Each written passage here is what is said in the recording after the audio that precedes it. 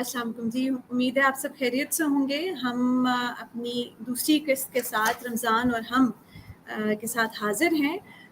ہمارے مہمان ہیں ڈاکٹر خالد ظہیر۔ ان کے نام سے یقیناً آپ نے اکثر بچے مانوس ہوں گے، جیسے ہم نے پہلے بھی ذکر کیا تھا نا۔ جناب خالد ظہیر پاکستان کے ان محققین میں شامل ہیں جو محض وطن عزیز میں ہی نہیں بلکہ بین الاقوامی فورمز پر بھی اپنی تقاریر اور تحریروں کے حوالے سے جانے جاتے ہیں۔ ڈاکٹر صاحب کا تعلق شہر سرگودھا سے ہے اور انہوں نے ابتدائی تعلیم اپنے آبائی شہر سے مکمل کی اور پھر پنجاب یونیورسٹی لاہور سے BCom اور MBA کی تعلیم حاصل کی۔ اعلیٰ تعلیم برطانیہ کے شہر ویلز میں جاری رکھی۔ ڈاکٹر صاحب نے اپنی دینی تعلیم بنیادی طور پر قابل ذکر علماء کرام سے حاصل کی۔ اسلامی تعلیمات کو بہتر طور پر سمجھنے کے لیے عربی زبان پر دسترس حاصل کی اور صوبائی اور وفاقی اداروں میں بے شمار اہم عہدوں پر کام کرتے رہے اور تدریس کو اختیار کیا۔ وہ عام فہم انداز سے اسلامی تعلیمات کو یکجہتی اور امن کا مرکز قرار دینے کے لیے مختلف فورمز سے لیکچرز بھی دیتے ہیں۔ ان کے لکھے مضامین ان کی ذاتی ویب سائٹ www.khalidzahir.com پر پڑھے جا سکتے ہیں، جہاں وہ باقاعدگی سے متعلقہ موضوعات پر مضامین شائع کرتے ہیں اور اسلام اور مسلمانوں سے متعلق سوالات کے جوابات دیتے ہیں۔ مختلف قومی اور بین الاقوامی ٹی وی چینلز پر ان کی گفتگو نشر کی جاتی ہے، جہاں وہ دین اسلام کو اس کی خالص شکل میں پیش کرتے ہیں۔ تو میں دعوت دوں گی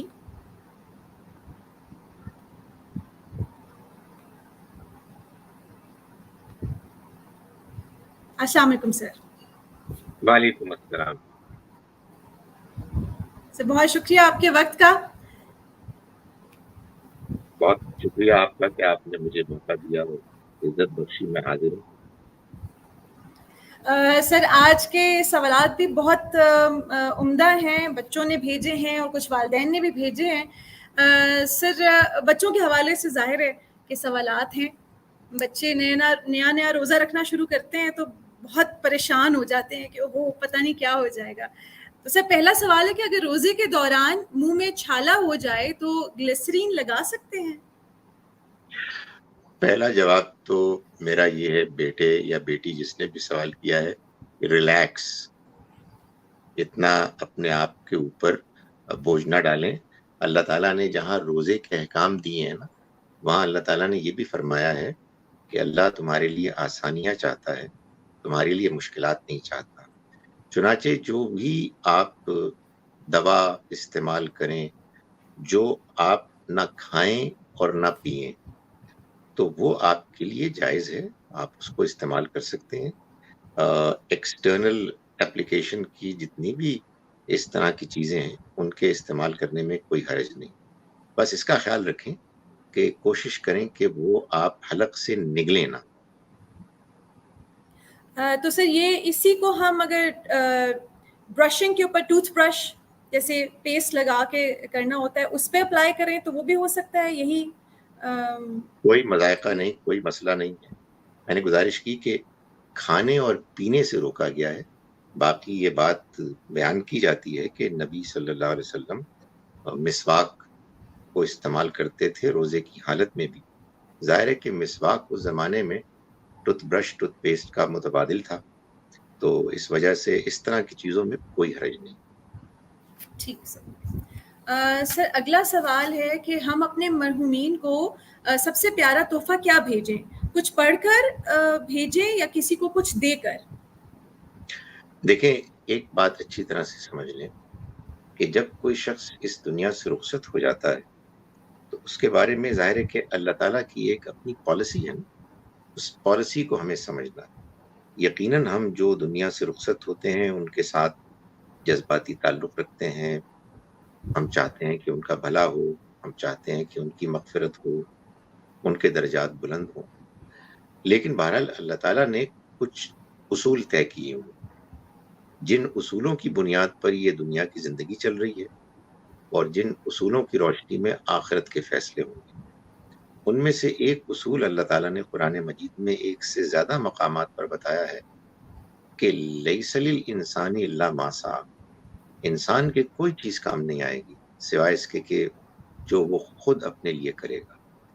چنانچہ اگر جو دنیا سے رخصت ہوئے ہیں انہوں نے کوئی اچھا کام کیا ہے، جیسے مثال کے طور پر آپ کی تربیت کی ہے، آپ کو سکھایا ہے، اچھے اخلاق سکھائے ہیں، دین سکھایا ہے اور آپ ان پر عمل کرتے ہیں، تو اب یہ اصل میں انہی کے عمل کی ایکسٹینشن ہے اور یقیناً اس کا اجر ان کو پہنچے گا۔ انہوں نے جو اچھے کام کیے ہیں ان کاموں کو اور آگے بڑھائیں، پھیلائیں اور اللہ سے دعا کریں کہ اللہ تعالیٰ ان کی مغفرت بھی کرے اور ان کے درجات بھی بلند کرے اور جو نیکیاں انہوں نے دنیا میں کی ہیں ان کو قبول فرمائے، جو ان سے غلطیاں خطائیں ہوئی ہیں ان کو معاف فرمائے اور ان کی نیکیوں کو یہ برکت دے کہ ان کی دنیا سے رخصت ہو جانے کے بعد بھی وہ جاری ساری رہیں تاکہ ان کو اس کا اجر ملے۔ تو جب یہ آپ دعا کریں گے اور اچھے کام کریں گے تو امید ہے انشاءاللہ اللہ تعالیٰ ان کو اس کا فائدہ پہنچائیں گے۔ ٹھیک سر، اکثر دیکھنے میں آیا ہے کہ جیسے اسی سے سر آگے میں بات بڑھا رہی ہوں کہ اکثر لوگ کنواں کھدوا دیتے ہیں یا وہ ٹیوب ویل یا اس طرح کی کوئی چیز کے پانی کا کہیں کولر لگوا دیا کہ ان کے ثواب کے لیے، تو کیا سر یہ کاؤنٹ ہوتا ہے کہ اولاد لیکن یہ کچھ ایسا عمل کرے؟ بات یہ ہے کہ کاؤنٹ تو اللہ تعالیٰ کرے گا، لیکن ہمارے اپنے جذبات ہیں۔ ہم اگر کوئی کنواں یا اس طرح کی کوئی اور اچھے کام، صدقہ جاریہ کے کام کو انیشیٹ کرتے ہیں اور اپنے کسی مرحوم والد والدہ کسی بزرگ کے نام پر اس کو کرتے ہیں، یہ ہمارے جذبات ہیں، بڑی اچھی بات ہے۔ یہ بات کہ اللہ تعالیٰ اس کو قبول فرمائیں گے یہ اللہ کا فیصلہ ہے۔ اللہ تعالیٰ کا یہ فیصلہ امید ہے کہ اس بنیاد پر ہوگا کہ جب آپ نے ایک نیکی کا کام کسی دنیا سے رخصت ہونے والے کے لیے کیا ہے تو اس میں ظاہر ہے کہ ان کا آپ کے ساتھ اچھا تعلق تھا کہ جس کی وجہ سے آپ نے ایسا کیا، انہوں نے آپ کی تربیت کی، ان کی جو کام دنیا میں وہ کر کے گئے ہیں اس کی گنجائش تھی کہ یہ کام جو آپ کر رہے ہیں اللہ تعالیٰ اس کو شرف قبولیت بخشے گا، تو آپ بے شک یہ کام کریں۔ اس بات کو بھول جائیں کہ یہ لازماً کیا ان کو فائدہ پہنچائے گا یا نہیں پہنچائے گا، اللہ سے اچھی امید رکھیں۔ اللہ تعالیٰ غفور الرحیم ہے، ارحم الراحمین ہے، وہ آسانیاں فرمائے گا، لیکن یہ اصول ذہن میں رکھیں کہ اللہ نے یہ طے کیا ہوا ہے کہ یہ دنیا کی زندگی ایک امتحان ہے اور ایک بالکل فیئر امتحان ہے۔ اس میں اس نے یہ طے کر لیا ہے کہ جو جیسا پرفارم کرے گا ویسا ہی پائے گا۔ آپ کے اور میرے اپنے مرحومین کے لیے دعا کرنے کی جو گنجائش ہے وہ بھی اسی لیے ہے کہ ہمارا ان کے ساتھ ان کی پرفارمنس کی وجہ سے تعلق ہے اور ہمارے جذبات ان کے لیے پازیٹیو اس لیے ہے کہ وہ ہمیں اچھے لگتے تھے، اس لیے اچھے لگتے تھے کہ وہ اچھے تھے، تو اللہ تعالیٰ انشاءاللہ امید ہے کہ ان کے اس اچھے رویے کی قدر کرے گا۔ بس اس سے زیادہ ہم اور کچھ نہیں کر سکتے۔ سر ایک سوال میرے ذہن میں اسی سے ریلیٹڈ اور آ رہا ہے سر، کیونکہ اولاد جو ہے ظاہر ہے کہ اپنے والدین کے جسم کا حصہ ہے، اور اگر وہ کوئی ایسا کام کرتے ہیں، جیسے میں نے یہ بھی اکثر سنا کہ عمرہ کر لیا اپنے والد کے نام کا یا والدہ کے نام کا جو اپنی زندگی میں نہیں شاید کر پائے، یا اس طرح کا کوئی عمل کر دیا، تو سر اگر اولاد کچھ ایسا کرتی ہے تو پھر سر وہ کس کیٹیگری میں آئے گا؟ مطلب وہ بھی وہی اصول وہی اپلائی ہوگا؟ دیکھیے اس اصول کو نبی اکرم صلی اللہ علیہ وسلم نے بہترین طریقے سے واضح فرمایا۔ آپ نے فرمایا کہ جو شخص اس دنیا سے رخصت ہو جاتا ہے اس کا اعمال نامہ بند ہو جاتا ہے، وہی بات جو میں نے ابھی کہی، سوائے 3 امکانات کے۔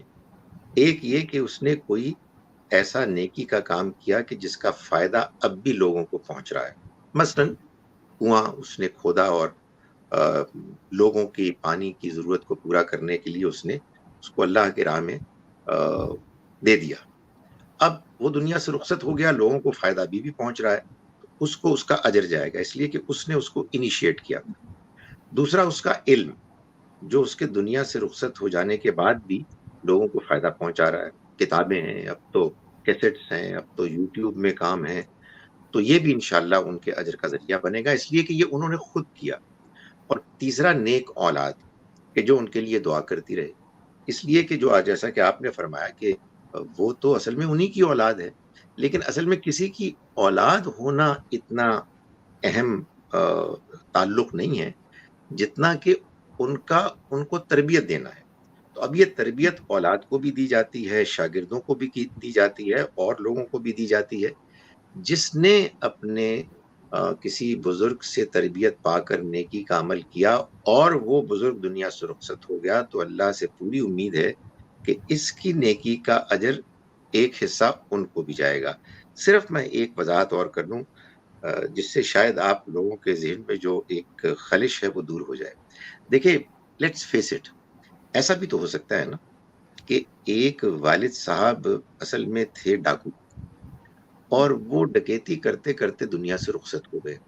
ان کی بڑی خواہش تھی کہ میرا بیٹا بھی ڈاکو بنے، مجھ سے بہتر ڈاکو بنے. وہ یہ کہ بیٹا بن گیا ولی اللہ، اور اب وہ دعا کر رہا ہے والد صاحب کے لیے. اب کچھ نہیں ہو سکتا، سمجھ رہے ہیں نا؟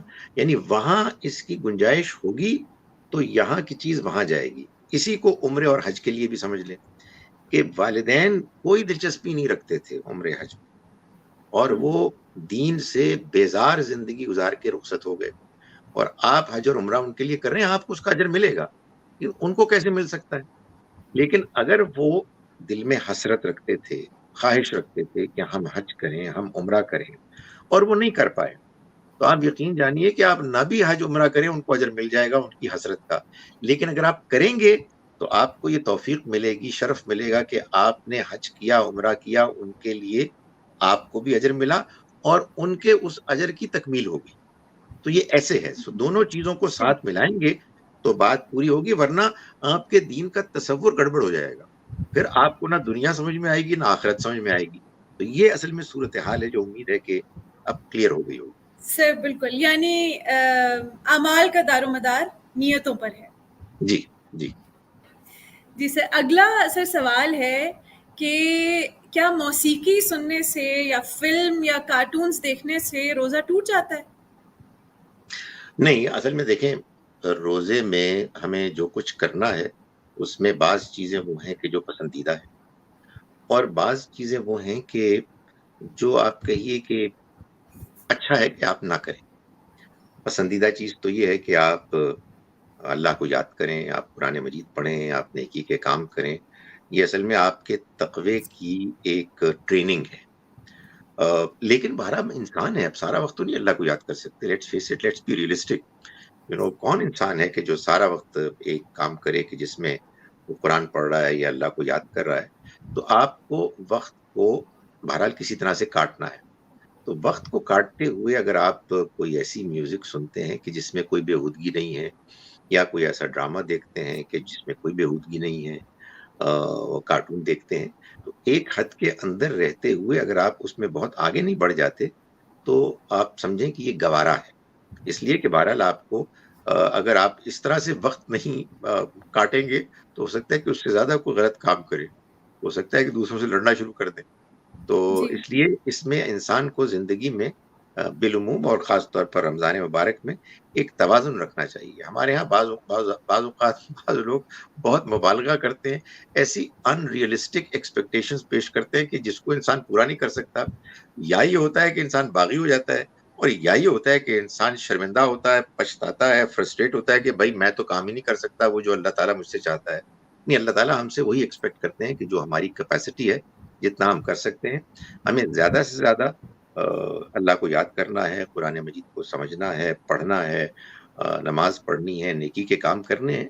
لیکن اگر ہمیں کسی وقت کوئی وقت گزارنے کے لیے ایسے کام کرنے کی ضرورت پیش آ جائے کہ جو ہم اس کی حدود کے اندر کریں، تو انشاءاللہ اللہ تعالیٰ اس پر ہمیں گناہ گار نہیں ٹھہرائیں گے.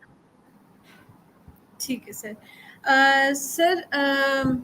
سر پچھلی دفعہ جو ایک سوال تھا کہ جو کہ میری بیٹی نے کیا تھا کہ کیا اللہ تعالیٰ میری طرح لڑکی ہیں، سر اسی سے ملتا جلتا ایک سوال آگے آیا ہے کہ اگر خدا کی کوئی جنس نہیں ہے تو خدا کو مذکر کے صیغے میں کیوں پکارا جاتا ہے؟ اس کی وجہ یہ ہے کہ جس زمانے میں قرآن مجید نازل ہوا اس زمانے میں یہی طریقہ تھا، اور اس طریقے پہ کسی کو اعتراض نہیں ہوتا تھا. یہ جو آپ خواتین نے اب آگے بڑھ کر یہ مطالبہ کرنا شروع کر دیا ہے کہ جب کبھی انسان کا ذکر ہوگا تو اس کو یا تو آپ بولے شی یا بولے ہی اور شی. تو یہ ابھی دور جدید کا تقاضا ہے. یہ مت بھولے کہ جب بھی اللہ کی کوئی کتاب نازل ہوئی ہے دنیا میں تو وہ انسانی زبان میں نازل. انسانی زبان میں جو زبان کے قوانین اصول ہیں ان کو وائلیٹ نہیں کیا جا سکتا. تو جس زمانے میں قرآن مجید نازل ہو رہا تھا اس زمانے میں اللہ کے لیے مذکر کا صیغہ استعمال ہوتا تھا. اس وجہ سے اس پہ کوئی کبھی کسی نے اعتراض نہیں کیا. یہ اعتراض اب ہوتا ہے. تو اب جو اعتراض کرتے ہیں ان سے درخواست یہ ہے کہ ایک اصول سمجھ لیں کہ آپ اعتراض کریں ان باتوں پر کہ جو باتیں آپ کے زمانے میں طے ہیں, اور اس زمانے میں اگر کوئی چیز لکھی گئی ہے اس پر. جس زمانے میں قرآن مجید نازل ہو رہا تھا اس زمانے میں یہ اصول انسانوں نے طے نہیں کیا تھا. تو اگر اللہ تعالیٰ اپنے آپ کو مؤنث صیغے میں بیان کرتا تو اعتراض ہوتا, لوگ مانتے ہی نہ. اس لیے اس کو ہمیشہ ذہن میں رکھنا چاہیے کہ کسی بھی بات کا کیا کانٹیکسٹ ہے, وہ کس زمانے کی بات ہے. اور سر ویسے بھی اگر سر میں بالکل اس معاملے میں پیدل ہوں, مجھے کچھ دین کی خبر نہیں ہے, سیکھنے کے لیے نکلی ہوں. سر مجھے یوں لگتا ہے کیونکہ جیسے مرد اور عورت کی جو جسامت بھی ہے وہ بھی اللہ تعالیٰ نے مرد کو زیادہ طاقتور بنایا بظاہر, اور عورت کو ایموشنلی زیادہ طاقتور بنایا. تو شاید اس وجہ سے بھی اگر اس زمانے میں بھی خدا کو, اللہ کو مذکر کے صیغے میں استعمال کیا جاتا تھا, تو وہ جیسے آپ نے کہا کہ انسانوں کی زبان ہی استعمال کی گئی تاکہ انہیں سمجھ آ سکے, تو شاید سر یہ پہلو بھی ہوگا ایک. یعنی یہ جو آپ پہلو بیان کر رہی ہیں یہ اصل میں یوں آپ فرما رہی ہیں کہ اس زمانے کے لوگوں نے کیوں یہ مناسب سمجھا کہ جب زبان میں ہم اللہ کو کوئی ورب میں یا پروناؤن میں کوئی جنس دیں گے, کوئی اس کا جینڈر بیان کریں گے, تو وہ مذکر کیوں ہوگا. یہ اللہ کا فیصلہ نہیں تھا, یہ اس زمانے کے انسانوں کا فیصلہ تھا. اس میں جو آپ بات بیان فرما رہی ہیں یقیناً وہ ایک اہم وجہ تھی. تو اللہ نے کیا کیا کہ جب انسانی زبان میں اپنے کلام کو نازل کیا تو اس زبان کے اصولوں کو پیش نظر رکھ کر بیان کیا. اللہ تعالیٰ کسی نئی زبان کو ایجاد کرنے کے لیے قرآن کو نازل نہیں کر رہے تھے, بلکہ قرآن کے ذریعے سے اپنا پیغام پہنچا رہے تھے. چنانچہ اس قرآن کو اسی زبان کے اصول قواعد کے مطابق ہونا چاہیے تھا کہ جس میں وہ نازل ہو رہا تھا. ٹھیک سر. سر اگلا سوال یہ ہے کہ والدین اپنے بچوں کو دین کی طرف کس طرح راغب کریں. ایک تو یہ ہے ظاہر ہے کہ خود عمل کریں گے تو بچے بھی دیکھیں گے, لیکن سر اگر اولاد بچپن سے وہی دیکھتی آئی ہو گھر کا ماحول کہ نماز بھی ہے, روزہ بھی ہے, اور ہر چیز کی پابندی کی جا رہی ہے, لیکن اس کے باوجود بھی اور سب کچھ تربیت ہونے کے باوجود بھی بچے اگر 18 سال سے کم عمر کے ہیں اور ابھی تک ظاہر ہے کہ والدین کی ہی ذمہ داری ہے کہ ان کو سمجھائیں اور قرآن, روزے, نماز کی طرف لے کر آئیں, لیکن وہ پھر بھی نہیں آتے, تو سر پھر کیا طریقہ کار اختیار کرنا چاہیے. کیونکہ مار پیٹ تو میرا خیال ہے کہ اب کافی پیچھے ہوتی جا رہی ہے, پیچھے رہ گئی ہے وہ چیز. تو سر بات کرنا از ون تھنگ کہ آپ کانورسیشن کرتے ہیں بچوں کے ساتھ, ان کو سمجھانے کی کوشش کرتے ہیں اور مختلف طریقوں سے, کبھی قرآن کی کوئی حوالہ دے دیا, حدیث کا حوالہ دے دیا, کہانیاں سنا دی, لیکن اگر بچے پھر بھی اس طرف نہ آئیں سر, تو پھر کیا کرنا چاہیے. دیکھیں جب ہم کہتے ہیں نا بچے, تو میرا یہ خیال ہے کہ شاید ہم ان بچوں کی بات کر رہے ہیں کہ جو زیادہ سے زیادہ ٹین ایجرز ہیں. بچے تو ہمارے 30 سال کے بھی ہو جاتے ہیں, 40 سال کے بھی ہو جاتے ہیں. تو یہ جو ٹین ایجرز تک کی عمر ہے اس کے بھی 2 حصے ہیں. ایک وہ حصہ ہے کہ جس میں اصل میں بچے ہم کو فالو کرتے ہیں, کوشچن کرتے ہیں, ٹھیک ہے, ضد کرتے ہیں, ٹھیک ہے, لیکن بائی اینڈ لارج وہ ہم کو فالو کرتے ہیں. تو جب وہ ہم کو فالو کرتے ہیں تو ہمیں ان کے وہ نرمی کے ساتھ وہ ساری ضروری باتیں کم سے کم جو ہیں وہ بتانی چاہیے, اور عمل کے لیے بھی انہیں کہنا چاہیے کہ نماز پڑھیں اور قرآن مجید پڑھیں, دین کو سیکھیں, لیکن نرمی کے ساتھ. قرآن مجید نے یہ اصول بتایا ہے جو دین میں جہاں کہیں بھی لوگوں کو انفارم کرنے کی کوشش کی جا رہی ہے دین کی جانب, اس کو ہمیشہ ملحوظ رکھنا ضروری ہے, لازم ہے. یعنی میں یہ نہیں کہہ رہا کہ بڑی اچھی بات ہے, لازم ہے. اور وہ یہ ہے کہ سورہ نحل میں اللہ تعالیٰ نے فرمایا کہ ادعو الی سبیل ربک بالحکمہ, تم اپنے رب کے راستے کی طرف دعوت دو حکمت کے ساتھ، وزڈم کے ساتھ، سمجھداری کے ساتھ۔ ایسا نہ ہو کہ تم لوگوں کو بلاؤ اللہ کے دین کے راستے کی طرف اور وہ تمہارے بلانے کے طریقے کی وجہ سے بیزار ہو جائیں۔ بچے چھوٹی عمر کے بھی ہوں، ہو سکتا ہے کہ آپ کے روک کی وجہ سے، اپنی مجبوریوں کی وجہ سے تھوڑی دیر کے لیے آپ کی بات مان لیں، لیکن دل ہی دل میں وہ یہ طے کر رہے ہوتے ہیں کہ جیسے ہی آپ کو موقع ملے گا ہم ایسے زور تیزی سے بھاگیں گے کہ پیچھے مڑ کے بھی نہیں دیکھیں۔ تو کیا فائدہ ہوا ایسی زبردستی کرنے کا؟ سو ہمیں ان کو انکریج بھی کرنا ہے، بعض اوقات ہمیں ان کو ساتھ کھڑا بھی کرنا ہے، لیکن بہرحال ایک خاص حد تک ہی ہم سختی کریں گے، بلکہ سچی بات ہے کہ نرمی ہی کا رویہ اختیار کریں۔ تو ایک بڑی امپورٹنٹ چیز ہے، چاہے وہ بچے چھوٹے ہوں، 10 سے کم کی عمر کے ہوں یا آگے بڑھ گئے ہوں، ٹین ایجرز ہوں، ہمیں ان کے سوالوں کے جواب دینے ہیں، ان کو انکریج کرنا ہے کہ وہ دین کے بارے میں گفتگو کریں، اور اگر جواب نہیں آتے تو فضول قسم کے جواب نہیں دینے، بلکہ دیانتداری سے اعتراف کرنا ہے کہ یہ جواب ہمیں سمجھ میں نہیں آیا۔ اور اگر فرض کیجئے کہ آپ کے کسی پسندیدہ عالم کا کوئی جواب ان کو پیش کیا اور انہوں نے اس پر اعتراض کر دیا، تو اس پر مشتعل نہیں ہونا، بلکہ اس کو دیانتداری سے اینالائز کر کے ان کو انکریج کرنا ہے کہ ہاں یہ آپ نے بڑا اچھا سوال کیا، میں اس کا جواب معلوم کروں گی۔ تو میں یہ سمجھتا ہوں کہ ہم اللہ سے اگر دعا بھی کریں، ایک اچھا ایگزامپل سیٹ بھی کریں اور بچوں کو دین کی طرف متوجہ کریں، تو انشاءاللہ وہ ضرور متوجہ ہوں گے۔ رہا آپ کا یہ سوال کہ جو متوجہ نہیں ہوتے، ان کا معاملہ اللہ پر چھوڑ دیں۔ سچی بات یہ ہے کہ بچے 15 سال کی عمر میں بھی دین کی طرف متوجہ ہوتے ہیں، اور میں نے اور آپ نے دیکھا ہے 35 سال کی عمر میں بھی ہوتے ہیں، 55 سال کی عمر میں بھی ہوتے ہیں۔ تو اس لیے اس میں بہت زیادہ ان کے ساتھ دھینگا مشتی کرنے کی ضرورت نہیں ہے، بس اچھے طریقے سے، اچھے ماحول میں ان کے ساتھ اچھی کمیونیکیشن رکھتے ہوئے ہم ان کو دین سکھائیں۔ بعض اوقات کیا ہوتا ہے، اور میں یہ آپ کو بتا رہا ہوں، یہ ایک بڑی اہم بات ہے کہ جب والدین دین کے بارے میں سخت ہوتے ہیں تو اولاد، ظاہر ہے کہ اب ایک آزاد ماحول ہے، دائیں بائیں دیکھتے ہیں، مختلف لوگ ہیں، مختلف خیالات رکھتے ہیں، تو وہ یہ طے کر لیتے ہیں کہ ہمارے والدین تو ہیں دین کے معاملے میں سخت۔ اب ہمارے جو خیالات بن رہے ہیں یا جو ہم کام کر رہے ہیں، جو ہم حرکتیں کر رہے ہیں باہر جا کے، ہم نے اپنے والدین سے چھپانی۔